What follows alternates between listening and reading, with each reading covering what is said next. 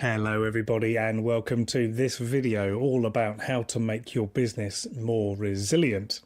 My name is Simon Batchelor. I'm a marketing consultant from Pallant Studio and we work with engineering and manufacturing firms predominantly to help them stand out in the marketplace to make them easier to choose and harder to compete with. I'm joined today by Paul. So Paul, do you want to give us a quick Hi, intro? yes, I'm Paul Everington from Everwell Associates. We help SMEs in all their business, but particularly in production and manufacturing like yourself, Simon, to improve their processes, to be more efficient and obviously more resilient. So me and Paul met at a networking event and we realised that we actually both have fairly similar clients who are in a similar sort of not just sector but also position of business. And quite often businesses come to us when at some point they're either looking to sell the business, so they're starting to plan for selling the business, or they are needing someone in the business to exit, which is changing the management structure. Maybe they're doing a management buyout. Essentially, it's often a point of change in a business that is where customers come to us. Now, what that often highlights to them is that actually their sales pipeline might not be quite as strong or resilient as they thought it was. And often this revolves around either the founder or the innovator of the business who kind of came up with that initial sort of business idea holds all of the contacts. Like a deck of cards, it's all in their phone. And basically all of the big clients they have, the founder or the innovator has that direct relationship with. And at the point where that person is thinking about exiting the business, or maybe needs to exit the business for various reasons, or they're looking to get more investment or scale, it's highlighted that actually they are the weak link in the sales pipeline of that whole business. So part of the work we do is to help those people work out how they can spread the kind of network that they have. How can they activate the network that often the senior management and also some of the engineers and most of the people in the business already have a very good network of potential customers. How can we help them reach those people and therefore increase the resilience of that pipeline? And I shared this story with Paul, and that's how we eventually got to these videos, because Paul realized actually we're sort of in the same sort of remit here of work. So Paul, I think you had another story that you were thinking of when I shared that story with you. Yeah, you're absolutely right. A lot of it is exiting the business and so on and getting things in place. But if you're looking to acquire a business, what is it you're buying? And you need to know that the business can survive without that innovator. And how can it? If, as you say, all the contacts are in his phone book and all that sort of thing. So you set up processes, and we chatted in the past about ISO 9001 or even ISO 9001 Lite, to get structures in place for the innovator to pass on that intelligence. I mean, there's one, for example, the innovator was just becoming a bottleneck to the business because he sort of kept it to himself because he felt he was doing it the best way. And of course, in his terms, he was, but couldn't pass it on to other staff. And he had a few other staff, but they weren't given freedom to do it their way, which might not be the best way, but it was a suitable way. Sometimes it can even be a better way. So that can even help the innovator. There's a couple of businesses where we've got this same sort of example of a bottleneck being caused. And so the staff then end up managing to delay and turning business away because it's sort of tied up with that innovator, the business leader.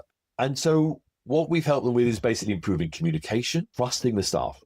Basically, it's not that you distrust them. It's just that you feel you want to hold their hand too much to do it. And you need to let go to a certain extent. It's almost like your children, You need to embed best practices into the team.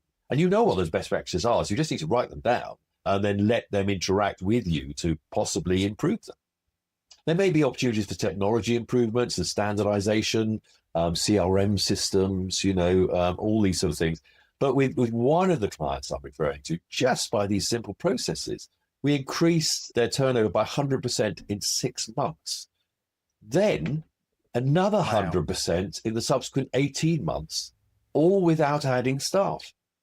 And now they're actually taking on more staff because they're going to grow hopefully further. Now, I can't guarantee that for everyone, but that's the sort of change you can make. It will not be 1 or 2% improvement into your turnover and profit. It will be really significant improvement. Yeah, and I think, we spoke in our previous video when we were talking about ISO 9001 certification about how that can seem really big and scary, and especially for a business owner when you feel like you've got to let go.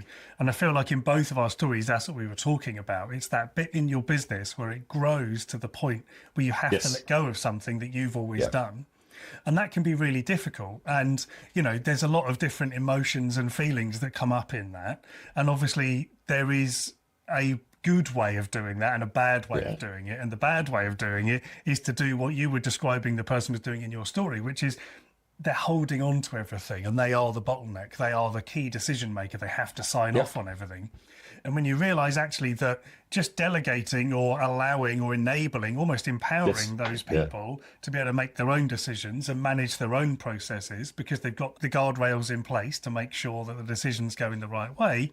And you've got a review process to make sure that it's not going too far off track, and actually knowing that you can evolve all those processes.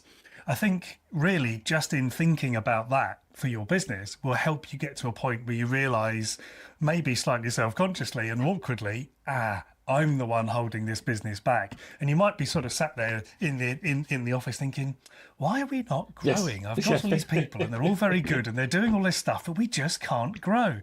If that feels like you, then I feel like we might have just given you that light bulb Exactly. We use the fairly derogatory phrase helicopter parenting. And, it's a similar sort of thing. You need to train up the people in your business so you can set them free in the hope that, like your children, if you have them, that they will come back to you eventually, but they will have that independence. They might to do things better than you did, which is a good thing. Yeah, I think there's definitely a lot in thinking about your business in that way. And I think there is the difference between businesses that are chasing, trying to keep up and just firefighting all day long versus the businesses that are growing, scaling and taking on new opportunities. And the reality of that isn't that they've come up with some brand new invention that's changed the whole market. The reality often is they've just learned how to scale the business. They've just learned how to make it dependable and repeatable. And I think if you can do that, then you get to a point where you reduce the risk in your business, i.e. like I was sharing, where that one person, if something bad had happened to that person, that multi-million-pound business would have just ground to a halt. Well, same in the two businesses I was referring to. Terrifying place to be. Exactly the same as those people, drop dead or had to disappear for whatever reason, that the business will be severely compromised. And I think once you realise that, it's not necessarily about sort of then suddenly becoming terrified about what might happen, but it's more about seeing the opportunity in that for like, well, actually, if I sort that out, it also gives me all of these other benefits, which is going to help me. Well, as we discussed before, you could relax on the weekend, you could take time for blue sky thinking, all those sort of good benefits that come from it. So we worked with a business coach a while ago, and he did this activity where he got a room full of people and he essentially said, right, everybody stand up. And then he's like, okay, I want you to stay standing if you are able to go through a weekend without checking your phone. And most of the room sits down. And he says, okay, I want you to stay standing if you can go on holiday for a week and your business is fine. And then more people sit down. And he says, I want you to stay standing if you can go on holiday for a month. And most people sit down. And at this point, there are only 2 or 3 people standing left. And then he says, I want you to stay standing if you can go on holiday for 3 months. And at that point, everyone sits down except for 2 people. And the guy at the front, the business coach, says, well, these 2 are the only business owners in the room. The rest of you are just managing your business. So if you're sitting here watching this video thinking, I need to get my business fit and ready for this, how can I do that? Then you can obviously come and talk to either me or Paul. And Paul, if people do want to connect with you and find out more, how can they do that? They can just go to our website, everwell.associates, or they just find me on LinkedIn, Paul Everington. Excellent. Thanks very much. And if people want to get in touch with me, you can either find me on LinkedIn or you can visit our website, pallant.studio. So thanks everybody for listening and watching, and we'll see you next time. Thanks so much. Bye-bye.